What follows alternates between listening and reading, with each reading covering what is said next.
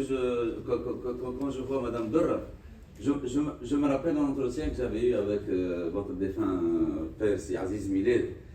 Donc moi j'étais le jeune journaliste excité et tout ça, je lui dis ça marche pas dans le tourisme, ça marche pas dans le tourisme, ça se fait pas, ça se fait pas. Il a eu son sourire que vous connaissez. Il me dit écoutez jeune homme, sachez qu'en Tunisie les choses finissent toujours par se faire. Et en voyant le TCB, parce qu'il y a eu un TCB au début des années 2000, et donc maintenant on a essayé depuis un moment qu'on essaie de faire, ça se fait, Inch'Allah ça continue à se développer. Donc on va retenir cette phrase de sage, les choses finissent toujours par se faire en Tunisie. Là, il a ajouté, il suffit d'être patient.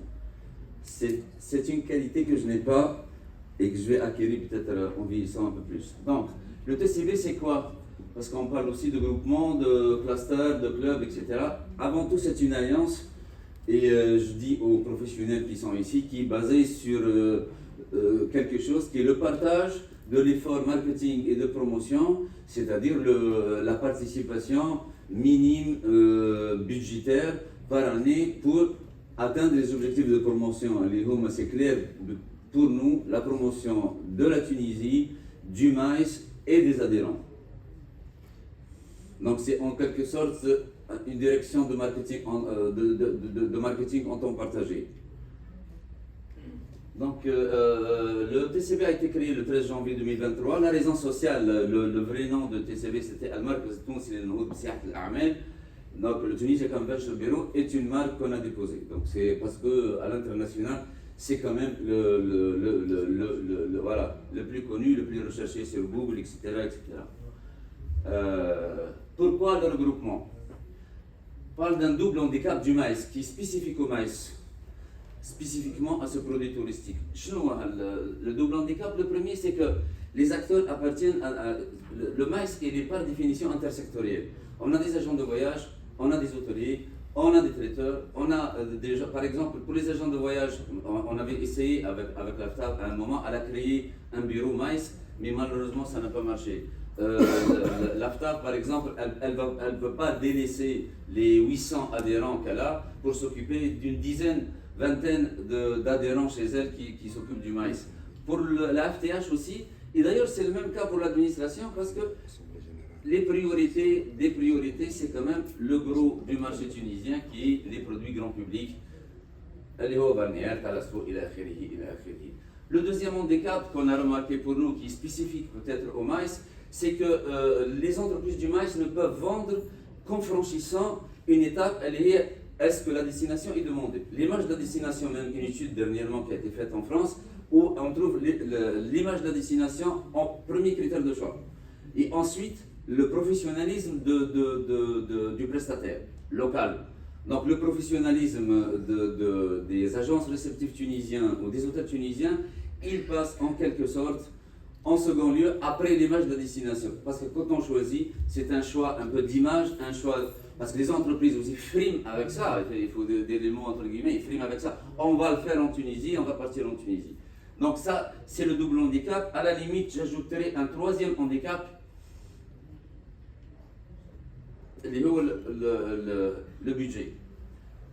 Tout ce qui est maïs, par exemple, pour les salons ou même pour la publicité, est un peu plus cher que dans les supports ou les salons qui sont des salons généralistes. Le dernier IMEX, apparemment, il a été annulé. C'est 4 000 € les 4 mètres carrés. Donc, ça, c'est un handicap. Et quand on sait que ça ne va pas se résoudre de sitôt, parce que quand on voit, par exemple, grosso modo, chaque année, le budget de promotion de l'administration, on va dire 50 millions de dinars. En 2010, ces 50 millions, il est ramené dans les 26 millions d'euros. En 2015, ça a baissé à 22, par juste le simple jeu de dévaluation du dinar. Et aujourd'hui, ces 50 millions, qui n'existent pas d'ailleurs, parce que je pense que le budget de promotion est moindre, ils sont devenus 14. Donc, quand on sait le coût que ça coûte de la promotion, il était temps que les professionnels prennent en charge aident un peu l'administration ou collaborent avec l'administration pour avancer sur ce point. beaucoup de gens peuvent se poser la question, parce que jusqu'à maintenant, on parle de Convention Bureau de ville. C'était une initiative des grandes villes métropoles qui ont commencé, Convention Bureau de Madrid, Convention Bureau de Paris, Convention Bureau de New York. Et plus récemment, on a remarqué que les destinations s'y mettent aussi. L'exemple le plus qui est réussi, qui aboutit et qui fonctionne, c'est celui de l'Espagne, Spain Convention Bureau. Parce que c'est vrai qu'il y a quelques années, on ne trouvait pas de Convention Bureau de pays. Nous, on avait choisi, on avait fait au début des années 2000 un Convention Bureau de la Tunisia, parce qu'on n'avait pas beaucoup de moyens, on n'était pas organisé pour promouvoir les villes, la régionalisation de la promotion n'existait pas. Et donc on s'est dit, de toute façon, nous, quand le produit qui est vendu en Tunisie, c'est du maïs, on peut faire un congrès à Tunis et un post-congrès à Toulouse. Donc c'est un peu imbriqué les uns dans les autres. Je ne sais pas si je suis schmetti ou pas, mais je dis un exemple non abouti qui est celui du Maroc. Maroc Convention Bureau, MCB, parce qu'ils ont fait un appel à demande d'adhésion au Maroc Convention Bureau en 2017, ça ne s'est pas fait. Voilà. Nous, donc, allons parler, oui, pour l'efficacité du TCB, on a fait des choix statutaires qui sont inscrits dans les statuts. Coopération entre les membres et coopération avec les intervenants administration ou les fédérations. Donc, déjà, monsieur le ministre Machkour, il a parlé de toutes les consultations qu'on a eues avec l'administration, que ce soit avec monsieur le ministre lui-même qui nous a encouragés à aller de l'avant, avec les différentes directions aussi de l'ONTT. Donc cela, on le prend encore.